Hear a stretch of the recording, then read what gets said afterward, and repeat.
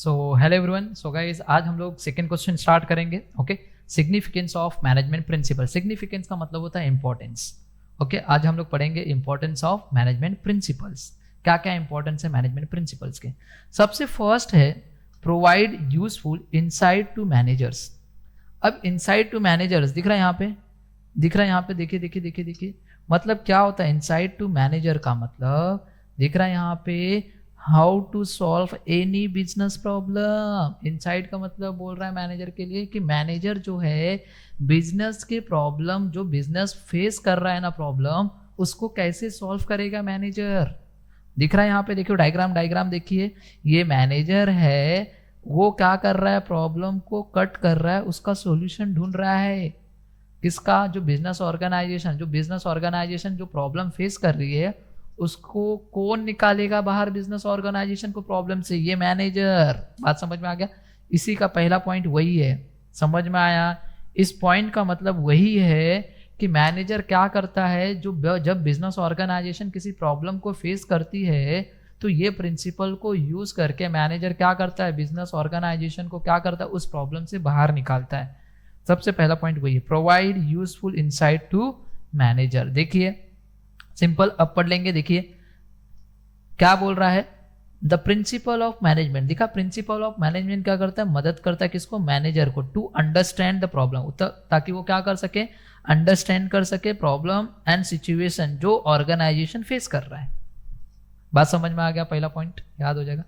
Accordingly the manager can find out the solution. Manager क्या करेगा, find out करेगा solution to solve such problem and situation, ताकि उसको solve करेगा उस प्रॉब्लम को एंड उस सिचुएशन को। समझ में आया, दो पॉइंट जो मैंने डायग्राम ही दिखाया, तो डायग्राम के थ्रू भी आप लिख सकते हो, खाली डायग्राम याद रहेगा तो। आगे, this type of timely guidance, ये टाइप दिख रहा है, ये टाइप ऑफ टाइमली गाइडेंस, जो मैनेजर टाइमली गाइडेंस देता रहता है, इससे क्या होगा, रिड्यूस होगा वेस्टेज ऑफ रिसोर्सेज। ओके, मतलब आपका वेस्टेज ऑफ रिसोर्स, मतलब कि जो रिसोर्स है उसका वेस्टेज कम होगा और ऑर्गेनाइजेशन अपने गोल को अचीव कर लेगा। सिंपल, 3 पॉइंट तक खत्म। क्या चाहिए, दिखा डायग्राम बताया ना। ऑर्गेनाइजेशन जो प्रॉब्लम फेस कर रहा है उसको क्या करेगा, मैनेजर क्या करेगा, सॉल्व करेगा। समझ में आया, प्रॉब्लम को सॉल्व करेगा। नेक्स्ट है helpful in efficient utilisation of resources. ये प्रिंसिपल क्या करते हैं, ये जो रूल्स एंड रेगुलेशन बनाए, ये प्रिंसिपल मदद करते हैं ताकि आप अपने रिसोर्सेज को प्रॉपर यूटिलाइज करो, वेस्टेज ना करो। समझ में आया। तो देखिए आपके पास कौन कौन से रिसोर्स है, यूज ऑफ योर रिसोर्सेज दिख रहा है यहाँ पे। आप अपने रिसोर्स को, दिख रहा है, इफेक्टिवली यूज करो, एफिशिएंटली यूज करो, इकोनॉमिकली यूज करो। जैसे कि आपने देखा, ये आपके लेबर हैं, दिख रहा है यहाँ पे, मशीन से, मशीन का प्रॉपर यूज होना चाहिए, वेस्टेज नहीं होना चाहिए। मशीन को अननेसेसरी चालू करके मत रखो, जब उसका जरूरत नहीं उसको बंद कर दीजिए। लेबर यहाँ पे दिख रहा है, लेबर को प्रॉपर यूज करो, लेबर को खाली हाथ बैठने मत दो, भैया पैसा देते हो आप लोग, राइट। साथ में दिख रहा है यहाँ पे पैसा, पैसे को वेस्ट मत करो, आपका मनी। तो चीजें बताया, आपको मशीन का प्रॉपर यूज करना है, आपको अपने मनी का प्रॉपर यूज करना है, आपको अपने लेबर का यूज करना है, आपको अपने मटेरियल, जो भी मटेरियल आप बिजनेस ऑर्गेनाइजेशन में लगा रहे हो, सबका प्रॉपर यूज होना चाहिए। ये सेकेंड पॉइंट बोलता है। डायग्राम देखा, अब यहाँ पे देखिए, देखिए ओके। अब मैं इसको छोटा करता हूँ ताकि आप लोगों को समझाने के लिए। देखिए यहाँ पे ये हो गया छोटा। तो देखिए क्या बोल रहा है, in every organisation 2 types of resources. हर ऑर्गेनाइजेशन में 2 टाइप के रिसोर्स है, एक है फिजिकल रिसोर्स और एक है ह्यूमन रिसोर्स। मैंने फिजिकल में आपको बताया 3, मटेरियल का प्रॉपर यूज करो, मशीन का प्रॉपर यूज करो, आपके पैसों का प्रॉपर यूज करो, ओके। और ह्यूमन रिसोर्स में है मैन पावर, मतलब आपके लेबर, लेबर का प्रॉपर यूज करो। डायग्राम देखा, समझ में आया, समझ में आया। आगे बोल रहा है, the basic function of management is to make proper balance between this resources by putting them optimum use and control on the wastage of resources. बोल रहा है सबसे बेसिक फंक्शन है मैनेजमेंट का क्या है, आपको प्रॉपर बैलेंस बना के रखना है इन चारों का। समझ में आया, इन चारों को प्रॉपर यूज करो, जिससे आप क्या करो, ऑप्टिमम यूज करो और आपके वेस्टेज के ऊपर कंट्रोल करो। समझ में आया।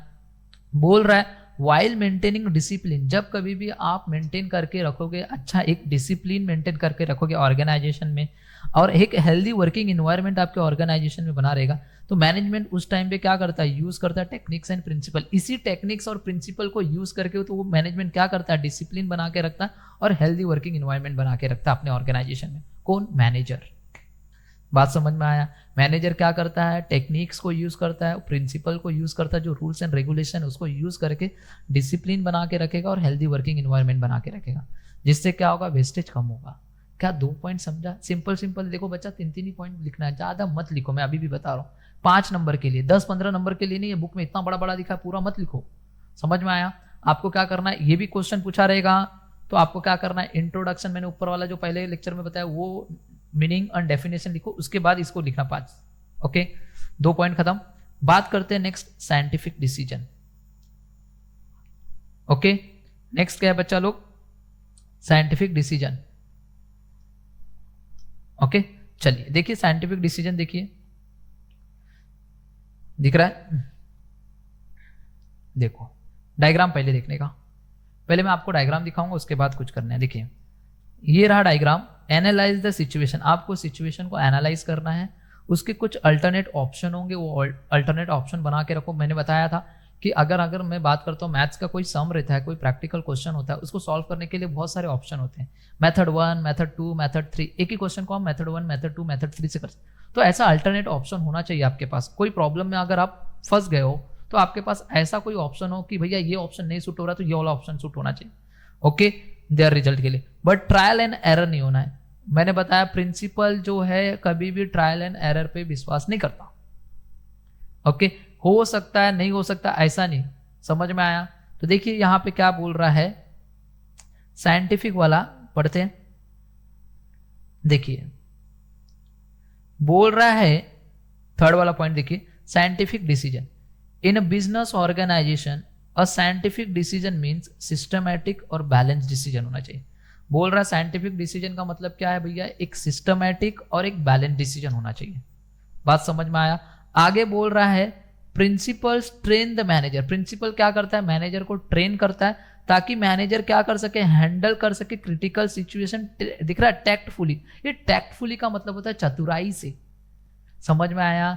ये जो प्रिंसिपल है, ये प्रिंसिपल रूल्स एंड रेगुलेशन क्या करते हैं, ये जो रूल्स बनाए हैं, ये रूल्स क्या करते हैं, मैनेजर को क्या करते हैं भैया, ट्रेन करते ताकि मैनेजर क्या कर सके, हैंडल कर सके। जब कभी कोई ऑर्गेनाइजेशन क्रिटिकल सिचुएशन में फंसा तो आप चतुराई से उसको क्या कर सको, उस प्रॉब्लम को सॉल्व कर सको। ओके, अदरवाइज मैनेजर क्या करेगा पता है, कैसा काम करेगा पता है, ट्रायल एंड एरर मेथड करेगा। समझ में? अभी सपोज एक एग्जांपल, कोई ऑर्गेनाइजेशन है, ट्रायल एंड एरर मेथड तो अप्लाई नहीं होती है, ये याद रखना मैनेजमेंट में। समझ में आया? अगर कोई ऑर्गेनाइजेशन किसी प्रॉब्लम में फंस गया तो आपने ऐसा नहीं बोलने का चलो मैं ट्राई करता हूं, हुआ तो अच्छी बात है, नहीं हुआ तो कोई बात नहीं, ऐसा नहीं। समझ में आया? तो ये यहाँ पे वही बोल रहा है, प्रिंसिपल ये जो है ये मैनेजर को क्या करते हैं, ट्रेन करते हैं, भले से कैसा भी सिचुएशन में फंसे रहने दो आप। ओके, तो अगर आपने प्रिंसिपल को फॉलो किया, रूल्स एंड रेगुलेशन को फॉलो किया, तो आपको निकलना तय है, मतलब आपका ऑर्गेनाइजेशन सक्सेस होना तय है। ओके, तो यहाँ पे आप ट्रायल एंड एरर मेथड नहीं अपनाएगा। बात समझ में आ गया? अगर आप प्रिंसिपल को नहीं पढ़ोगे तो आप कैसा काम करोगे, मैनेजर कैसा काम करेगा, दिख रहा है, मैनेजर हैव टू वर्क कैसा, ऑलवेज, हमेशा ट्रायल एंड एरर। चल भैया ये काम करते हैं, अगर सक्सेस हुआ तो अच्छी बात है, नहीं हुआ तो जाने दो, फेल। तो ऐसा नहीं चलेगा। बात समझ में आ गया? नेक्स्ट है अंडरस्टैंड द सोशल रिस्पॉन्सिबिलिटी, बहुत जरूरी है। सिर्फ और सिर्फ अपने ऑर्गेनाइजेशन के बारे में मत सोचो रे। समझ में? अरे हम लोग ना ऑर्गेनाइजेशन के बारे में बहुत ज्यादा पैसा कमाएंगे, अरे भाई आपको सोशल रिस्पॉन्सिबिलिटी भी करना है, समाज के लिए भी कुछ करना है। समझ में आया? ओके, तो देखिए यहाँ पे मैं कुछ डायग्राम देख रहा हूँ, दिख रहा है क्वालिटी कॉस्ट, दिख रहा है यहाँ पे, दिख रहा है क्वालिटी कॉस्ट मतलब खर्चा, मतलब कॉस्ट मतलब कि आप प्राइस कम रखो और अच्छे क्वालिटी का गुड्स दो कस्टमर को। समाज के बारे में सोचो। बात समझ में आ गया? सबके साथ इक्वल वर्क करो, आपके ऑर्गेनाइजेशन में जितने लोग काम कर रहे हैं सबको फेयर रेम्यूनरेशन दो। समझ में आया? ऐसा नहीं कि ये मेरा दोस्त है तो मैं इसको ज्यादा पगार दे रहा हूँ, ये मेरा दोस्त नहीं है तो इसको कम पगार दे रहा हूँ, ऐसा मत करो। सबके साथ इक्वल बिहेवियर करो। ओके, और हमेशा दिख रहा है ये डायग्राम हमें ये बता रहा है सबके साथ फेयर कॉम्पिटिशन होना चाहिए। दिख रहा है इनका जो दिख रहा है सीढ़ी जो है, इनके बीच का जो गैप है वो सेम है, बट ये बेचारे को जो सीढ़ी दिया गया वो तो अलग है। ये फेयर कंपटीशन है? नहीं, फेयर कंपटीशन रहता तो भाई इसको भी सेम दे दो और फिर बोलो चढ़ने के लिए दोनों में, जो दोनों में पहला चढ़ेगा वो विनर। ये होता है फेयर कंपटीशन। तो वही बोल रहा है कि ये प्रिंसिपल क्या करता है कि फेयर कंपटीशन मतलब कि यहाँ पे यही बोल रहा है कि आपको समझो, अंडरस्टैंड करो सोशल रिस्पॉन्सिबिलिटी। आपको सिर्फ अपने ऑर्गेनाइजेशन के बारे में नहीं सोचना है, समझ में आया? समाज के बारे में भी सोचना है, समाज में जितनी सारी चीजें हो रही हैं। समझ में आया? तो देखिए क्या बोल रहा है, management principle are based on every aspect of organisation. ये जो मैनेजमेंट के जो प्रिंसिपल बनाए ना, रूल्स एंड रेगुलेशन बनाए ना, ये सारे के सारे दिख रहा है एवरी एस्पेक्ट ऑफ ऑर्गेनाइजेशन के ऊपर बेस्ड है। Okay, they are not develop only from view point of handling the resources effectively, but they guide management in understanding the social responsibility of organisation. दिखा, बोल रहा है कि सिर्फ और सिर्फ ये इसलिए डेवलप नहीं किया गया था कि आप क्या करो, हैंडल करो सिर्फ अपने रिसोर्सेज को इफेक्टिवली, इसके साथ साथ इसने मैनेजमेंट को क्या किया, गाइड भी किया ताकि आपको अंडरस्टैंड करो समाज के समाज के बारे में भी। दिख रहा है social responsibility of organisation, so that can focus on providing. आपको क्या करना है, देखिए क्वालिटी प्रोडक्ट देना है रीजनेबल प्राइस पे, समझ में, किसी से ज्यादा किसी से कम मत लो, अच्छे क्वालिटी का प्रोडक्ट दो रीजनेबल प्राइस में। अवॉइड करो आर्टिफिशियल मोनोपोलिस्टिक मत लेके आओ मार्केट में, समझ में आया। बोल रहा है सबके साथ फेयर कंपटीशन करो, समझ में आया। सबको फेयर रेम्यूनरेशन दो, दिखा मैंने यहाँ पे, ये फेयर कंपटीशन हो गया, ये फेयर रेम्यूनरेशन हो गया पॉइंट। ओके, आगे बोल रहा है चेंज इन इन्वायरमेंट और हेल्दी वर्किंग प्लेस बना के रखो। दिख रहा है यहाँ पे हेल्दी वर्किंग प्लेस दिख रहा है, हेल्दियर हैप्पियर। अपने एम्प्लॉय, आपके कंपनी में जितने लोग काम कर रहे हैं सबके साथ हेल्दियर रहो, हेल्दी इन्वायरमेंट बना के रखो। ओके, तो ये प्रिंसिपल यही बोल रहा है। ओके, आप जो मशीन यूज करोगे बच्चा लोग, वो स्टैंडर्ड टूल्स होने चाहिए, मशीन अच्छे क्वालिटी के होने चाहिए, पुराने विराने नहीं होने चाहिए। तो ये प्रिंसिपल क्या कर रहा है, to understand the social responsibility. बात समझ में आ गया। प्रिंसिपल क्या बोलता है, आपको सिर्फ अपने बारे में नहीं सोचना, आपके सिर्फ अपने हैंडल मत करो आपके रिसोर्सेज को इफेक्टिवली। आपको ये प्रिंसिपल के साथ साथ दिख रहा है मैनेजमेंट को क्या करता है, गाइड करता है ताकि अंडरस्टैंड कर सके social responsibility of the organisation. Okay, next है, दिख रहा है encourages research and development. Okay, बहुत जरूरी है। आपको क्या करना है, हमेशा ये प्रिंसिपल हमें ये सिखाता है, ओके, टाइम के साथ साथ अपने आप को बदलो। अगर नहीं बदलोगे, नहीं चेंज करोगे तो पीछे रह जाओगे। बात समझ में आ गया। ओके, तो देखिए यहाँ पे क्या बोल रहा है, बोल रहा है the business environment is ever changing. Business environment हमेशा चेंज होते रहेगा। ओके, देखिए द लीगल वर्क हमेशा चेंज होगा, टेक्नोलॉजी हमेशा चेंज होगी, इकोनॉमिक हमेशा चेंज होगा, social environment keep changing on the from time to time. देखा, ये टाइम टू टाइम चेंज होते रहेंगे, तो अपने आप को भी क्या करना है, चेंज करना है भैया। ओके, तो principal of management can be applied differently in the different situation. देखा, जैसे जैसे सिचुएशन बदलेगी वैसे वैसे आपको क्या करना है, प्रिंसिपल ऑफ मैनेजमेंट को भी क्या करना है, डिफरेंट सिचुएशन में डिफरेंट तरीके से आपको अप्लाई करना है। तो यहाँ पे वही बोल रहा है the manager can modify. Manager क्या करेगा, मॉडिफाई कर सकता है प्रिंसिपल को according to the situation faced by them. बात समझा। नेक्स्ट है helps to coordinate and control. Okay, ये प्रिंसिपल क्या करता है, लोगों को मदद करता है, लोग मिलजुल के काम करे, समझ में आया, और लोगों के ऊपर कंट्रोल कर सके हम, समझ में आया। तो देखिए क्या बोल रहा है, प्रिंसिपल ऑफ मैनेजमेंट हेल्प्स। दिखा, प्रिंसिपल ऑफ मैनेजमेंट क्या करता है, ये ओके मदद करता है ताकि हम लोग कोऑर्डिनेशन रहे किसके बीच में, various level of management. Various level of management में आ सकता है top level, middle level, lower level, okay, and between department. So this there is a team work in the organisation, ताकि वहां पे क्या चल सके, टीम वर्क रहे। एंड नेक्स्ट है, दिख रहा है यहाँ पे कंट्रोलिंग, दिख रहा है, ये था कोऑर्डिनेशन हमने पढ़ा। ओके, लोग मिलजुल के काम करेंगे तो टारगेट अचीव हो जाएगा। नेक्स्ट है कंट्रोलिंग, दिख रहा है। अब ये कंट्रोलिंग फंक्शन क्या होता है, देखिए आपने कोई स्टैंडर्ड सेट किया रहेगा, जैसे कि एग्जांपल आपने बोला रहेगा 90 मार्क्स मेरे आएंगे 12th में। आपने ये स्टैंडर्ड 12th में जिस दिन आए फर्स्ट डे आपने ये डिसाइड किया, ये आपका सेट है स्टैंडर्ड। बट दिख रहा है यहाँ पे कंपेयर करोगे आपके परफॉर्मेंस। अब ये कंपेयर वाला परफॉर्मेंस है आपका एक्चुअल रिजल्ट। अब एक्चुअल रिजल्ट जब आया तो आपका मार्क्स आया सिर्फ 80%। बात समझ में आया। अब क्या करोगे आप, ये परफॉर्मेंस को मेजर करोगे, दिख रहा है, आपने सोचा था 90 आया 80। अब क्या करोगे, ये परफॉर्मेंस को 90 वाले को किससे कंपेयर करोगे, स्टैंडर्ड वाले के आपके एक्चुअल से। इसके बीच का जो डिवीजन आया है 10% का, अब ये 10% का डिवीजन किसके कारण आया उसका आप पूरा क्या करोगे, कैलकुलेशन करोगे, ताकि आप क्या कर सको, करेक्टिव एक्शन ले सको। समझ में आया, ताकि ये गलती हम नेक्स्ट ईयर ना करें। बात समझ में आ गया। इस ईयर तो हमने गलती कर दिया, हमने सोचा था 90 लाने के लिए, बट हमारी पढ़ाई शायद हो सकता है उतनी नहीं हो पाई, हमने कहीं ना कहीं गलती किया। अब ये गलती जो है हमारे लिए डिवीजन है। अब ये डिवीजन, ये गलती से हम लोग क्या करेंगे, अपनी गलती को सुधारेंगे, इसलिए बोल रहा टेक करेक्टिव एक्शन। तो बात समझ में आ गया। कंट्रोलिंग क्या काम करता है, कंट्रोलिंग फंक्शन ऐसा काम करता है जो स्टैंडर्ड आपने सेट किया उसको कंपेयर करेगा आपके एक्चुअल से। इसके बीच का जो डिवीजन होगा उससे आप क्या कर सकते हो कि इन फ्यूचर करेक्टिव एक्शन ले सकते हो, ताकि ये जो यहाँ पे जो आपका डिवीजन आया है, जो आपका जो बीच का गैप है, ताकि ये गैप नेक्स्ट ईयर भी ऐसे ना रहे। बात समझ में आ गया? तो ये होता है कंट्रोलिंग। देखिए क्या बोल रहा है, देखिए मैंने यहाँ पे 2 लिखा है। फर्स्ट मैंने कोऑर्डिनेशन लिखा था। कोऑर्डिनेशन मतलब क्या होता है, एक दूसरे से मिलजुल के काम करना। तो between various level of management के बीच में क्या होना चाहिए, ओके, मिलजुल के काम करना चाहिए, टीम वर्क के जैसा। आगे बोल रहा है it helps controlling. Controlling activity क्या बोलता है ऑर्गेनाइजेशन में, वो कंपेयर करता है आपके एक्चुअल परफॉर्मेंस को आपके टारगेट से, मतलब आपके स्टैंडर्ड से। यही था, बात समझ में आ गया, सिंपल था, खत्म। नेक्स्ट बोल रहा है डेवलप द ऑब्जेक्टिव अप्रोच, बहुत इंपॉर्टेंट है। ओके, दो अप्रोच होते हैं, एक ऑब्जेक्टिव अप्रोच होता है और एक सब्जेक्टिव अप्रोच होता है। जो प्रिंसिपल है ना भैया, ये ऑब्जेक्टिव अप्रोच पे ही काम करता है, इसको सब्जेक्टिव से मतलब ही नहीं।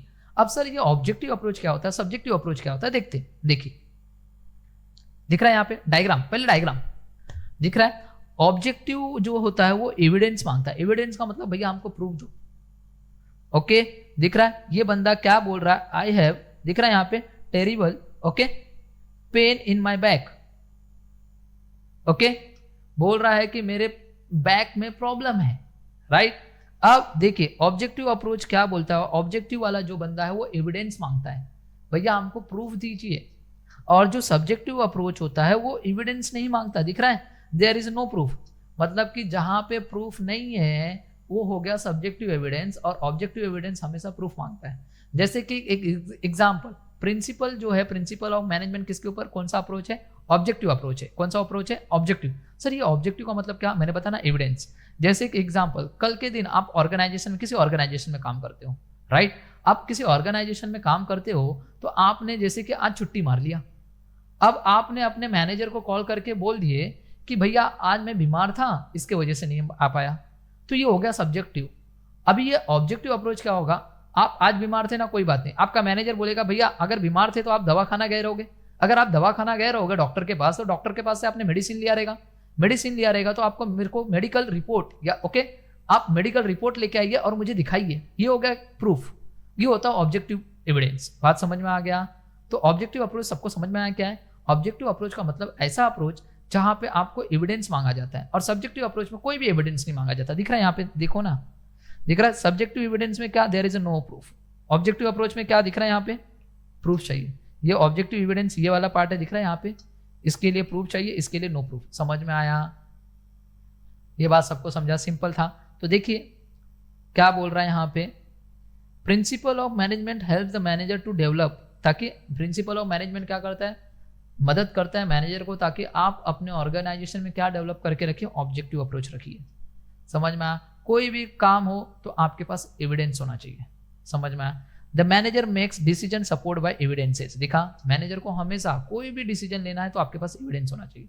There is no personal business, okay, कोई भी बेसनेस नहीं होना चाहिए, ओके, पर्सनल डिसीजन मत ले लो भैया, okay, making the process of organisation. समझ में आया? पर्सनल जजमेंट मत करो, ओके, किसी ने बोल दिया भैया बीमार हो तो मत, ऐसा मत बोलो भाई बीमार है ना, कोई बात नहीं, मेरे को प्रूफ दिखा।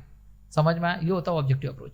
सो गाइज, इसी के साथ ये 7 को भी हम लोग ने 7 के 7 सिग्निफिकेंट ऑफ मैनेजमेंट के प्रिंसिपल्स को भी हम लोग ने खत्म करते हैं। ओके, सो नेक्स्ट लेक्चर में सबसे इंपॉर्टेंट स्टार्ट करेंगे principal of management, Henry Fayol के। देखना है तो देखो देखो देखो देखो देखो देखो देखो बच्चा, एकदम तोड़ फोड़ दिया, एकदम तोड़ फोड़ दिया, देखो, ओके, तोड़ फोड़ दिया है ना, एकदम अच्छे से पढ़ेंगे बच्चा, सबसे इंपॉर्टेंट है। मगर ये 5 मार्क का कंपलसरी आता है क्या, प्रिंसिपल ऑफ मैनेजमेंट, इसको नेक्स्ट लेक्चर में पढ़ेंगे। ओके, सो मिलते हैं नेक्स्ट लेक्चर में, bye bye and take care everyone.